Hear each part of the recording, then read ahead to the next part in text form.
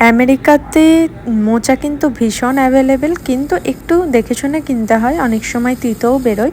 তো আমি মোচা কিনে এনে অনেক দিন ফ্রেশ রেখে দিলে তো সেটা নষ্ট হয়ে যাবে, তাই অনেক দিন স্টোর করার জন্য আমি মোচাটা ছাড়িয়ে নুন হলুদ দিয়ে ভাপিয়ে রেখে দিই। এতে করে কিন্তু মোচাটা খুব ভালো থাকে। তো আজ আমি সেই মোচার ঘন্টই বানাবো। তার জন্য আমি আলু আর চিংড়ি মাছটা ভেজে তুলে রাখলাম, আর এইদিকে তেলের মধ্যে জিরে, তেজপাতা, শুকনো লঙ্কা, গোটা গরম মশলা ফোড়নে দিয়েছি, আর দিচ্ছি পেঁয়াজটা। ভাজা হতে হতে এদিকে আদা আর একটা কাঁচা লঙ্কা আমি থেতো করে নিয়েছি, আপনারা চাইলে কিন্তু পেস্টও করে নিতে পারেন। তারপর পেঁয়াজটা ভালোভাবে ভাজা হয়ে গেলে আমরা টমেটোটা দিয়ে দেবো। টমেটোটা যাতে একটু গলে যায় তার জন্য অল্প একটু লবণ দিয়েছি, আর এখানে দিচ্ছি 1 চামচ মতন রসুন বাটা, বড় চামচের 1 চামচ মতন। আর তারপর দিচ্ছি আদা আর লঙ্কার যে পেস্টটা করে রেখেছিলাম সেটা।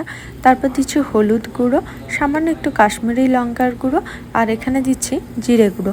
সমস্ত গুঁড়ো মশলাগুলো দিয়ে ভালো করে মিশিয়ে নেব। এই যে দেখুন, আমি ভাপিয়ে রেখে দিয়েছিলাম, হাতে করে একটু চটকে নেব, তাহলে যা নরম হয়ে যায়।